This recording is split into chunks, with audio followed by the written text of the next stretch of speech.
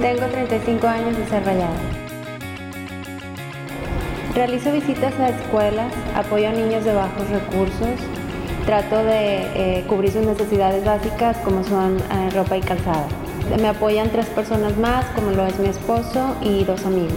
Tratamos de localizar gente que quiera ser padrino, que quiera apadrinar a los niños, y nosotros hacemos las visitas a las escuelas, recolectamos todo lo necesario y programamos una fecha y los visitamos.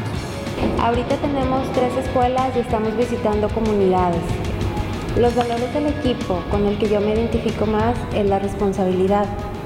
Obviamente va asociada con la solidaridad. Es por eso que nosotros apoyamos esta causa. Soy solidaria en la vida y en la cancha.